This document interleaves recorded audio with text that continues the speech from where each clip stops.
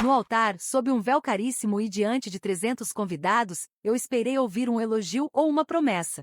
Em vez disso, meu futuro marido se inclinou e sussurrou uma frase curta, e naquele segundo eu soube que tudo tinha acabado. Antes mesmo do sim, meu conto de fadas virou pesadelo. Todo mundo achou que eu estava chorando de alegria. O fotógrafo capturou a lágrima perfeita descendo pelo meu rosto, a emoção contida da noiva. Meus pais lá atrás deviam estar inchados de orgulho. Ninguém podia adivinhar que naquele segundo, o chão do luxuoso resort tinha aberto debaixo dos meus pés. Tudo por causa de um segredo que não era meu, mas que me queimou por dentro. O Robert não era um vilão de cinema. Essa é a primeira coisa que preciso deixar claro. Nos conhecemos em um evento de caridade do hospital onde eu trabalhava como terapeuta ocupacional. Ele era do conselho, tinha aquela postura de quem está acostumado a decidir coisas, mas o olhar era cansado. Conversamos sobre a pressão dos ambientes, sobre a sensação de estar sempre performando. Ele disse que eu era autêntica, uma palavra que soou como um presente raro naquela sala cheia de sorrisos de plástico. O namoro foi um conto de fadas moderado. Jantares, viagens, presentes que eu achava excessivos, um casaco de cachemir, um fim de semana em Napa Valley. Eu, Helena, de classe média, filha de professores, me via numa realidade paralela. Mas o maior desafio nunca foi o dinheiro. Eram os filhos dele, Chloe, de 22 anos, e Ethan, de 19. Eles não eram ruins. Era algo pior. Eram educadamente distantes. Nos jantares de domingo na casa enorme em Greenwich, a conversa era um jogo de tênis sem bola. Eu fazia perguntas sobre a faculdade, o estágio, a banda do Ethan. Recebia respostas curtas, monossilábicas, seguidas por um olhar rapidíssimo para o pai. Robert sempre intervinha, forçando uma farsa de harmonia. A Chloe está adorando o novo curso, não é, querida? E ela, sem me olhar, sim, pai. Está ótimo. Eu me esforçava. Lembro-me de gastar $200 em um ingresso para um show de uma banda que o Ethan mencionou uma vez, um grupo obscuro de post-punk. Ele aceitou o ingresso com um valeu surpreso, mas foi ao show com amigos. A Chloe, numa tentativa desesperada de conexão, convidei para um almoço só nós duas. Ela chegou 20 minutos atrasada, passou a refeição respondendo mensagens no celular e quando a conta veio, disse: "Meu pai te dá um cartão, né? Pode colocar nele." Robert via minha frustração. Num jantar, depois que eles foram embora, ele segurou minha mão sobre a mesa de mármore. Eles são assim. A mãe deles, bem, você sabe como foi a separação. Dói neles. Dá tempo. Seus olhos pediam paciência. Eu achava que entendia.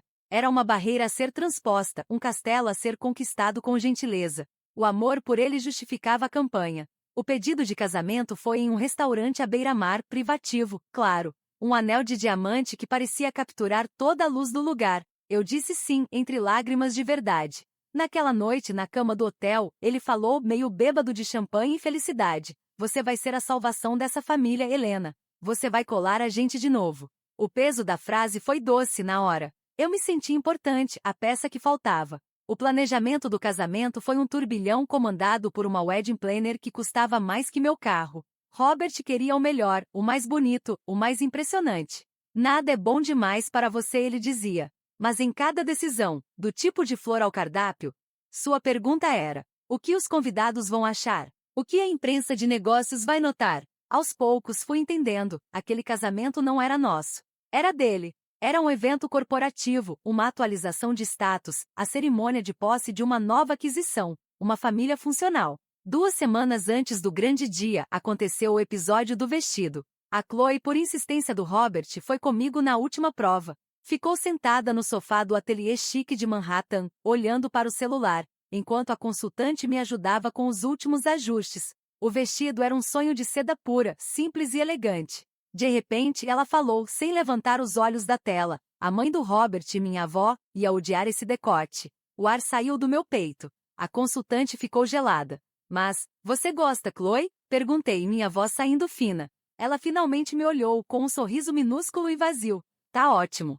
Combina com você." No carro de volta, em meio ao trânsito, a angústia transbordou. Liguei para Robert. "Ela me odeia. A Chloe me odeia e você não faz nada." Do outro lado da linha, um silêncio pesado. Depois, a voz prática do CEO resolvendo um problema. "Helena, querida. Ela é uma criança magoada. Depois do casamento, as coisas se ajeitam. Você vai ser a esposa do pai dela. O respeito virá. Confia em mim." Eu queria acreditar. Desejei acreditar com todas as forças. Na véspera do casamento, no resort onde tudo aconteceria, Robert fez um brinde no jantar de família, que incluiu meus pais atordoados e os 2 filhos dele. Um mural de expressões desconectadas. Amanhã, ele anunciou com os olhos brilhantes, nós viramos uma família de verdade. Oficialmente. Olhei para Chloe e Ethan. Eles ergueram os copos, os olhares vazios fixos no vinho. Naquele momento, uma certeza fria começou a se formar dentro de mim, mas eu a abafei. Era o medo falando, o velho medo de nunca ser suficiente. Amanhã seria diferente. O sim no altar consertaria tudo. O dia amanheceu perfeito. Céu azul, brisa suave. Enquanto me arrumavam, eu repetia mentalmente meus votos. Eles falavam de parceria, de porto seguro, de construir um lar juntos. Eu via o rosto de Robert em cada palavra. Até que a hora chegou. A música começou. As portas duplas da capela ao ar livre se abriram, e eu vi o corredor coberto de pétalas, os sorrisos de todos e ao fundo ele, Robert, de smoking, sorrindo com lágrimas nos olhos. Era lindo. Era a imagem do sonho. Caminhei. Meu pai ao meu lado estava tenso. Chegamos ao altar. O juiz de paz sorria. Robert pegou minhas mãos. Seus olhos estavam marejados de emoção genuína. Sussurrou, você está deslumbrante. O coração quase saiu pela minha boca. Ele se virou para o juiz que começou o discurso. Eu mal ouvia. Sentia o peso do véu, o cheio das flores, a pressão do momento. Foi então, no momento exato em que o juiz disse se alguém aqui presentemente souber de algum impedimento, que Robert apertou minhas mãos. Era para ser um gesto de apoio. Ele se inclinou para o meu ouvido, seu hálito quente tocando o meu véu. Eu achei que fosse um eu te amo roubado. E ele disse, em um sussurro tão baixo que só eu pude ouvir, uma frase de 6 palavras. Uma frase que não era sobre nós, mas sobre eles. Uma confissão vinda do lugar mais inseguro dele. Os 6 sussurros que Robert deixou no meu ouvido foram estes. Eles disseram que você é interesseira. Simples. Direto. Uma faca de gelo finíssima entrando no meu peito, no meio do meu sonho. O juiz de paz continuou falando. O mundo, que um segundo antes era foco nítido e brilhante, desfocou em um borrão de cores e sons abafados. Eu olhei para Robert. Ele ainda segurava minhas mãos, seu olhar agora era de uma intensidade febril, quase de imploração. Ele não disse aquilo por maldade. Percebi na hora. Era um desabafo, um fardo que ele não aguentou carregar sozinho até o fim da cerimônia. Era a sua insegurança mais profunda, vestida de smoking e vomitada no meu ouvido no pior momento possível. Ele precisava que eu soubesse, talvez para que eu provasse a eles, e a ele mesmo, que estavam errados. Ele transformou nosso altar em um tribunal, e eu, sem saber, era ré. Meus olhos, por puro instinto, voaram para o primeiro banco. Lá estavam Chloe e Ethan. Ela com um vestido caríssimo, cor de areia, o rosto uma máscara perfeita de neutralidade. Ele, de terno, olhando para as mãos. Nenhum sorriso.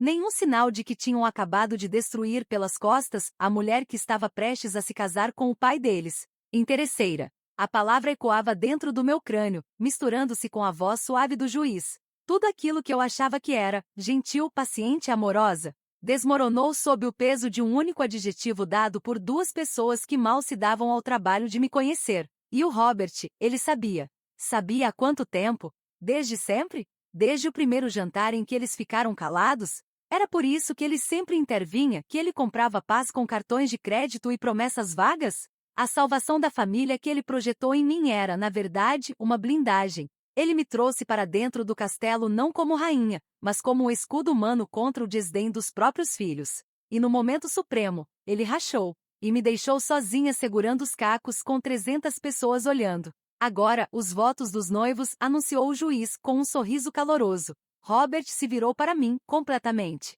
Seus olhos estavam vermelhos. Ele puxou um cartão do bolso.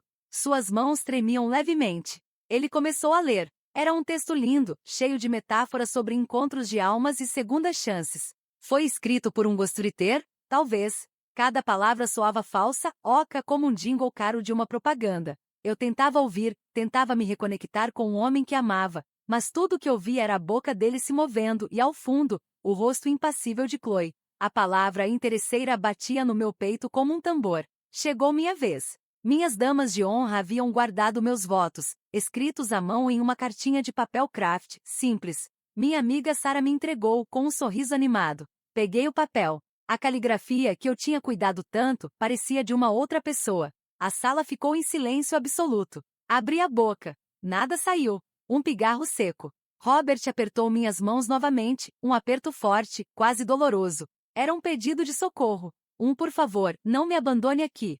Helena, sussurrou o juiz, gentil. Respirei fundo. Olhei para o papel. A primeira linha dizia: Robert, desde que te conheci, meu mundo ganhou novas cores. Eu levantei os olhos e os fixei não nele, mas em nossos convidados. Vi meus pais, sentados um pouco atrás com os rostos tensos, minha mãe com um lenço na mão. Eles venderam o carro velho para ajudar com as despesas que eu jurei que não eram necessárias, mas que Robert insistiu em dividir por princípio. Vi meus amigos do hospital, colegas que sabiam o quanto eu ganhava, o quanto eu trabalhava, que me viram recusar presentes caros no início por orgulho. Todos ali testemunhas. Testemunhas do quê? De uma farsa? A palavra queimava. Interesseira. Se eu dissesse meus votos agora, estaria confirmando isso para Chloe e Ethan. Estaria performando o papel da mulher que superou a humilhação por um bom contrato de casamento. Se eu fugisse, seria a mulher instável, a que não aguentou a pressão, a que confirmou todas as suspeitas deles. Robert me colocou em uma armadilha perfeita, movida pelo próprio pânico dele.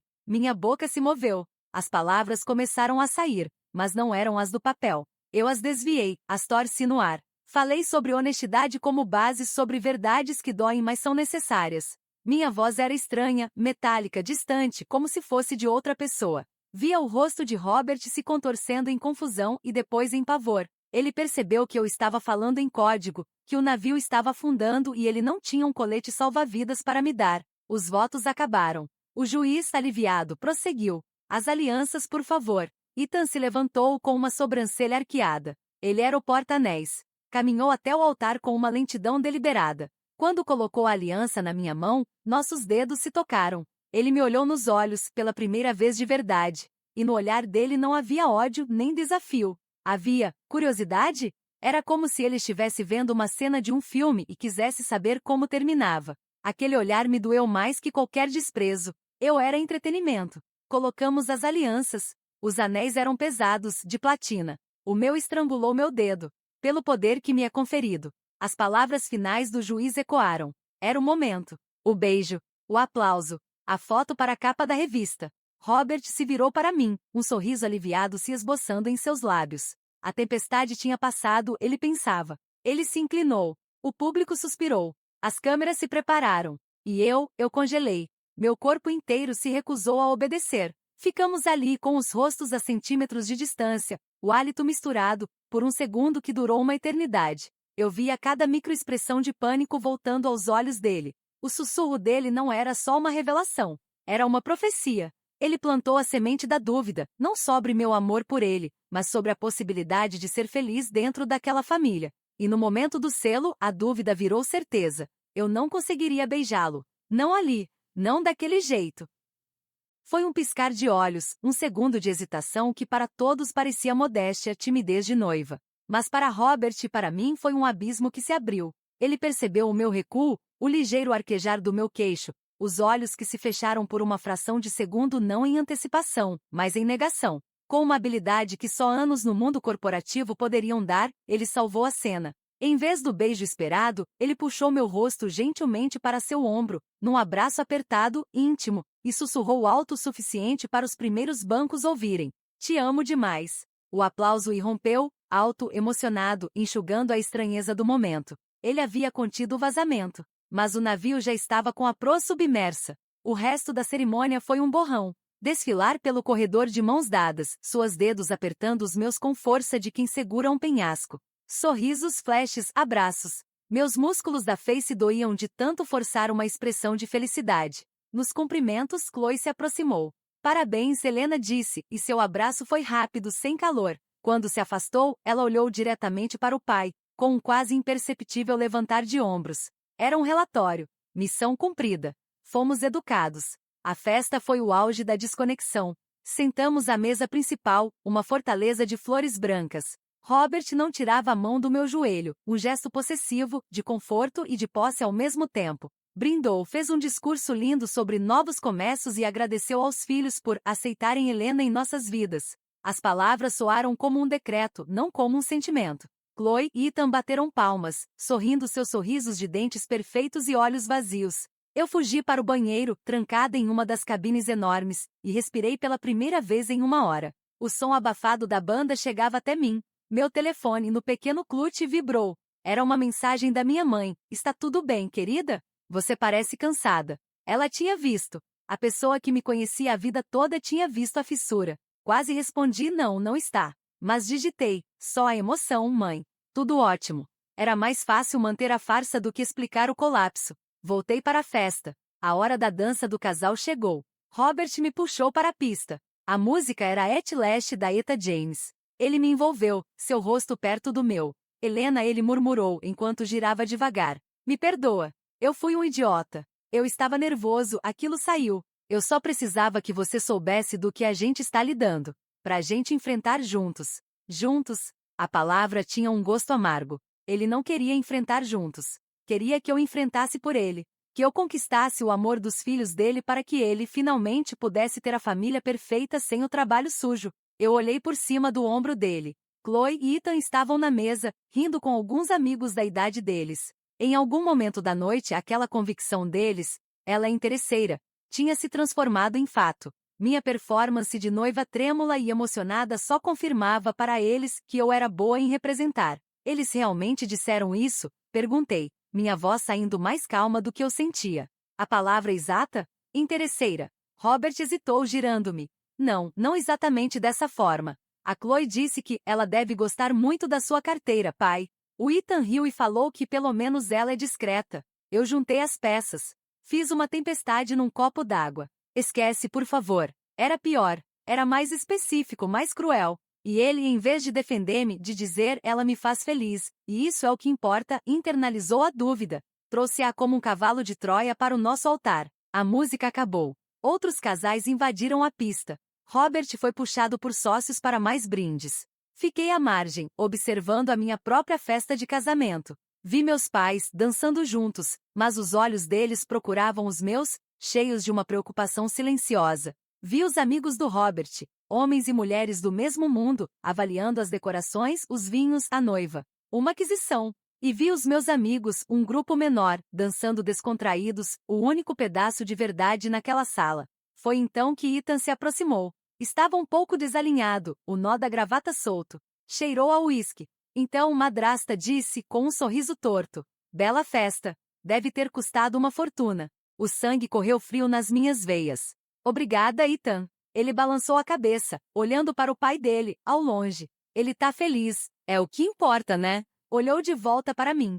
Só tenta não machucar ele. Ele é frágil por baixo de toda essa pose. E foi embora, deixando a faca cravada e torcida. Aquele não era um ataque de um adolescente rancoroso. Era um aviso de um filho que amava o pai, por mais disfuncional que fosse, e me via como uma ameaça em potencial. Eu nunca seria família. Seria sempre uma gestora de risco emocional, contratada para um cargo que não tinha descrição clara. Naquela noite, no suíte nupcial decorado com pétalas de rosa e champanhe gelando, não consumamos o casamento. Robert estava exausto, bêbado de alívio e álcool. Adormeceu rapidamente. Eu fiquei acordada, olhando para o teto alto, o vestido de noiva ainda espalhado no chão como a casca de uma pessoa que eu não era mais. Pela manhã, acordei com ele me beijando a testa. Hoje a gente parte para a lua de mel, ele disse, feliz. A crise do altar tinha se dissipado no sono dele. Para mim, tinha cristalizado tudo. A lua de mel foi nas Maldivas. 2 semanas no Overwater Bungalow que era um postal.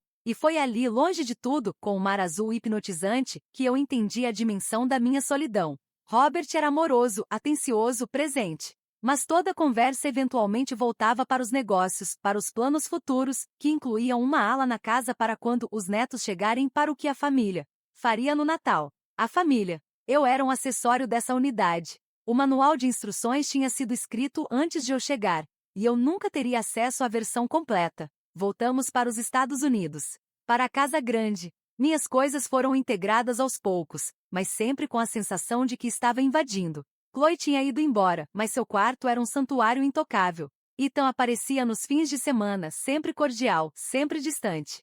Passaram-se 6 meses. 6 meses de jantares silenciosos, de fins de semana programados, de um matrimônio que era uma parceria administrativa com benefícios afetivos eventuais. Robert parecia satisfeito. A família, sob a ótica dele, funcionava. A peça estava no lugar. Até o dia do meu primeiro aniversário de casada. Robert deu-me uma joia. Chloe mandou um cartão genérico comprado em massa. Ethan não se lembrou. Naquela noite, depois de um jantar caro, Robert segurou minha mão na mesa e disse sincero: "Está vendo? As coisas estão se ajeitando. Eu sabia que daria certo." E eu olhei para nossas mãos entrelaçadas, para o diamante novo no meu dedo, para o reflexo dele no vidro do restaurante. E pela primeira vez a verdade não doeu. Ela só se assentou, clara e fria.